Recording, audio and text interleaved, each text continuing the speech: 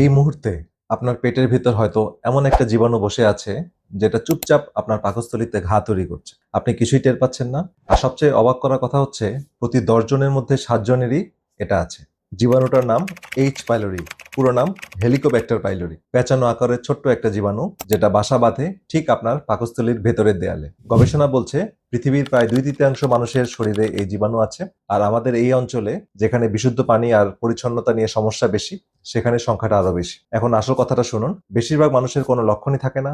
তারা বছরের পর বছর এটা বয়ে বেড়ায়, অথচ বুঝতেই পারে না। আজ আপনাকে সহজ করে বলবো এই জীবাণু আসলে কি করে, কিভাবে বুঝবেন আপনার এটা আছে কিনা, আর এটা নিয়ে কি করা যায়। প্রথমে বুঝি এটা কেন সমস্যার। পাকস্থলীতে যত ঘা বা আলসার হয় তার বেশিরভাগের পিছনেই থাকে এই একটা জীবাণু। এটা পাকস্থলীর দেয়ালের সুরক্ষা যে প্রাচীর, সুরক্ষা যে লেয়ার, সেটাকে দুর্বল করে দেয়। ফলে স্টমাকে যে অ্যাসিড তৈরি হয়, সেই অ্যাসিড সুরক্ষা দেয়াল যখন ভেদ করে ভিতরের লেয়ারে চলে আসে, তখন এখানে ঘা তৈরি করা শুরু করে এবং ব্যথা শুরু হয়, ইনজুরি হয়। আর এবার প্রশ্ন হলো এই জীবাণুটা কেন বাড়ে। গবেষণায় দেখা গেছে যারা বেশি প্রসেস খাবার খান বা চিনি জাতীয় খাবার খান, এগুলো শরীরের রোগ প্রতিরোধ ক্ষমতা দুর্বল করে দেয়।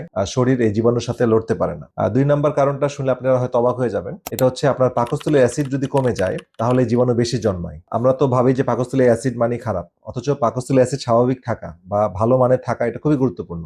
যখন আপনি ভালো অ্যামাউন্টে বা ভালো পিএইচ মানে স্ট্রং পাকস্থলীর অ্যাসিড থাকবে, আমি তো বলি যে ভালো পাকস্থলীর অ্যাসিড হচ্ছে আপনার লোহা পর্যন্ত গলিয়ে দিতে পারে, মানে সৃষ্টিকর্তা এত স্ট্রং অ্যাসিড আমাদের দিয়েছেন। কিন্তু যদি আমরা স্ট্রেসফুল লাইফ লিড করি, দীর্ঘদিন এই গ্যাসের ওষুধের নামে যদি পাকস্থলীর অ্যাসিড কমানো ওষুধ খেতে থাকি অপ্রয়োজনে, তারপরে হচ্ছে রং খাবার খাই, নির্ঘুম রাত জাগি, তাহলে কিন্তু আমাদের অ্যাসিড লেভেল কমতে থাকে। এছাড়া বয়সের সাথে কিন্তু অ্যাসিড লেভেল কমতে থাকে। আর অ্যাসিড যত কমে যাবে তত এই জীবাণুগুলো মানে বাঁচার সুযোগ পায়, কারণ অ্যাসিড কিন্তু এই জীবাণুগুলোকে মেরে ফেলে। তাহলে এখন প্রশ্ন হচ্ছে যে কিভাবে বুঝবো যে এই জীবাণুটা আমার পেটের মধ্যে আছে কিনা বা পাকস্থলীতে আছে কিনা। যেহেতু অনেকের ক্ষেত্রে কোনো লক্ষণই থাকে না, তাই একমাত্র নিশ্চিত হওয়ার উপায় হলো পরীক্ষা করানো। তো এর জন্য ৩ ধরনের টেস্ট আছে। একটা হচ্ছে রক্ত পরীক্ষা করা, আরেকটা হচ্ছে আপনার পায়খানা পরীক্ষা করা, আরেকটা হচ্ছে শ্বাসের মাধ্যমে আপনার ব্রেথ টেস্ট করা। তো এই শ্বাসের পরীক্ষাটা বেশ মজার। আপনাকে একটা বিশেষ ট্যাবলেট খাওয়ানো হয়, তারপর আপনার নিঃশ্বাস মেপে দেখা হয়। তো এই জীবাণু এক ধরনের বিশেষ উপাদান তৈরি করে, সেটা যদি নিঃশ্বাসে ধরা পড়ে তাহলে বোঝা যায় যে আপনাদের পেটের মধ্যে জীবাণুটা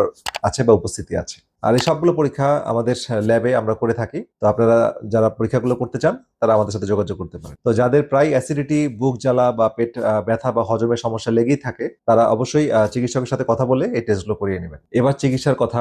সাধারণত এই এইচ পাইলোরি ব্যাকটেরিয়া ধরা পড়লে চিকিৎসকরা অ্যান্টিবায়োটিক দিয়ে থাকেন এবং অ্যাসিড কমানোর ওষুধও দেন। তো অনেক ক্ষেত্রে এটা দরকারও আছে। ডাক্তার যদি এগুলো দেন তাহলে আপনারা নিয়ম মেনে কোর্স শেষ করবেন। তবে এখানে কিছু গুরুত্বপূর্ণ কথা অবশ্যই মনে রাখতে হবে। তো অ্যান্টিবায়োটিক শুধু মানে খারাপ ব্যাকটেরিয়াকেই মারে না। এই পেটের মধ্যে যে বিলিয়ন এবং ট্রিলিয়ন টাইপের যে সংখ্যার যে উপকারী ব্যাকটেরিয়া আছে সেগুলো কিন্তু মারা পড়ে। সেগুলোর সংখ্যা কিন্তু উল্লেখযোগ্য পরিমাণে কমে যায় যদি আপনি অ্যান্টিবায়োটিক খান। তাই ওষুধের পাশাপাশি পেটের যত্ন নেওয়াটা খুবই গুরুত্বপূর্ণ। একই সাথে যে বিষয়টা খুব গুরুত্বপূর্ণ সেটা হচ্ছে চিনি বা প্রসেস খাবার সবার আগে বাদ দিতে হবে। শুধু এই একটা অভ্যাস পরিবর্তন করলেই পেটের স্বাস্থ্য মানে অনেক অনেক উন্নতি হয়। এরপর যে জিনিসটা আমি বলছি সেটা হচ্ছে যে একটা বিশেষ উপাদান, যেটা হচ্ছে মাস্টিক গাম, যেটা ভূমধ্যসাগরীয় অঞ্চলে একটা গাছের আঠা বলে, এখান থেকে এই সাপ্লিমেন্টটা তৈরি হয়। এটাও খুব কার্যকর। ১৯৯৮ সালে new England journal of medicine, এটা একটা বিখ্যাত জার্নাল, এখানে একটা গবেষণা প্রকাশ হয়েছিল। সেখানে দেখা গেছে যে এই মাস্টিক গাম এইচ পাইলোরিকে কিল করতে সাহায্য করে।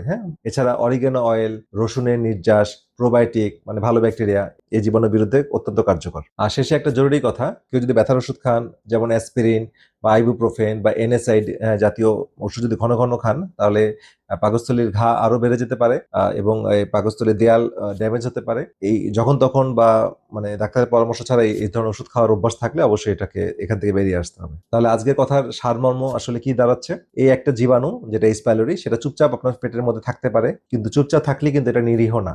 বারবার পেটের সমস্যা হলে সেটাকে সাধারণ ভেবে মানে চুপচাপ বসে থাকবেন না। আপনাকে অবশ্যই টেস্ট করিয়ে দেখতে হবে যে এই জীবাণু আছে কিনা। তো টেস্ট করতে চাইলে আমি আবার বলছি, আমাদের ল্যাবে সবগুলো টেস্টই অ্যাভেলেবল, আপনারা আমাদের সাথে যোগাযোগ করতে পারেন। এবার আপনাকে ছোট একটা কাজ করতে বলি। কমেন্টে শুধু লিখুন আপনার কি প্রায় অ্যাসিডিটি বা পেটের সমস্যা হয়, হ্যাঁ নাকি না, এক শব্দেই লিখুন। আমি দেখতে চাই কতজন এই সমস্যা আক্রান্ত আছে। আর ভিডিওতে যত গবেষণার কথা বললাম তার প্রতিটা রেফারেন্স আমি কমেন্ট বক্সে দিয়ে দিচ্ছি।